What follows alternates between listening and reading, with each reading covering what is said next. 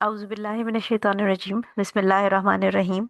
अस्सलामु अलैकुम वरहमतुल्लाहि वबरकातुहू। रमज़ान के 50 मसाइल जो हम डिस्कस कर रहे हैं उसमें मसला नंबर 23 आज हमारे पास है कि क्या दमे का मरीज़ यानी अस्थमा का जो मरीज़ है वो रोज़े की हालत में इन्हेलर इस्तेमाल कर सकता है या नहीं। इसमें दो चीज़ें हैं जो आपने याद रखनी है, एक इन्हेलर होता है और एक नेबुलाइज़र होता है। हम पहले इन्हेलर की बात करेंगे, फिर मैं आपको नेबुलाइज़र के बारे में बताऊंगी। इन्हेलर ऑब्वियसली सबने आपने देखा है कि एक ब्लू से कलर का या ग्रीन से कलर का एक पंप होता है, छोटा सा हैंडी जो कि जब पेशेंट को दिया जाता है तो उसको बताया जाता है कि जब तुमने ज़रूरत हो इसको इस्तेमाल करने की तो मुंह पे इसको रख के और बटन प्रेस करना है और साथ ही सांस अंदर को खींचनी है।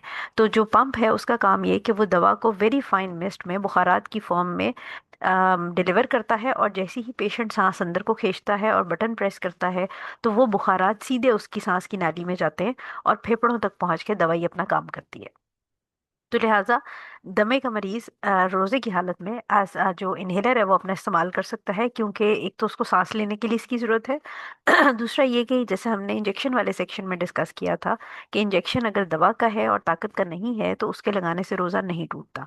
सिमिलरली जो इन्हेलर का इस्तेमाल है वो ऑब्वियसली एक तो दवा है, प्लस ये कि पेशेंट को सांस लेने के लिए उसकी ज़रूरत है, वो अपनी किसी एंटरटेनमेंट के लिए या अपनी किसी ख्वाहिश को पूरा करने के लिए वो इस्तेमाल नहीं कर रहा। सो इसके यूज़ करने से रोज़ा नहीं टूटेगा। लेकिन अगर नेबुलाइज़र की बात की जाए तो नेबुलाइज़र को हमेशा जो नेबुलाइज़र के अंदर दवा इस्तेमाल की जाती है उसको नॉर्मल सेलाइन या किसी जो साथ में एक कोई ना कोई मीडियम लिक्विड मीडियम होता है जिसके अंदर मिक्स करके, यूजुअली जो कि नॉर्मल सेलाइन ही होता है, उसके साथ मिक्स करके डिलीवर कराया जाता है लंग्स में, और उसमें वाटर का एलिमेंट और नमक का एलिमेंट भी साथ आ जाता है। लिहाजा रोज़े के दौरान जो मरीज है वो इन्हेलर इस्तेमाल कर सकता है और उसका रोज़ा वैलिड रहेगा, लेकिन नेबुलाइजर को इस्तेमाल नहीं किया जा सकता। अगर नेबुलाइजर को इस्तेमाल करता है रोज़े की हालत में तो उसका रोज़ा टूट जाएगा और उसको फिर उस रोज़े की रिप्लेसमेंट रमज़ान के बाद अदा करनी होगी, यानी उसको एक और एक्स्ट्रा रोज़ा रखना पड़ेगा।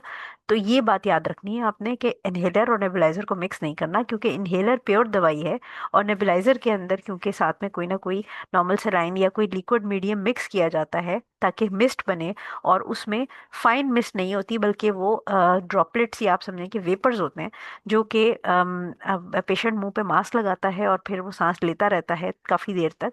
सो लिहाजा नेबुलाइजर से रोज़ा टूट जाएगा, इन्हेलर से रोज़ा नहीं टूटेगा। ठीक है, तो ये आपने फ़र्क याद रखना है। I hope this answer the question and Allah knows best. अस्सलाम वालेकुम वरहमतुल्लाहि वबरकातुहू।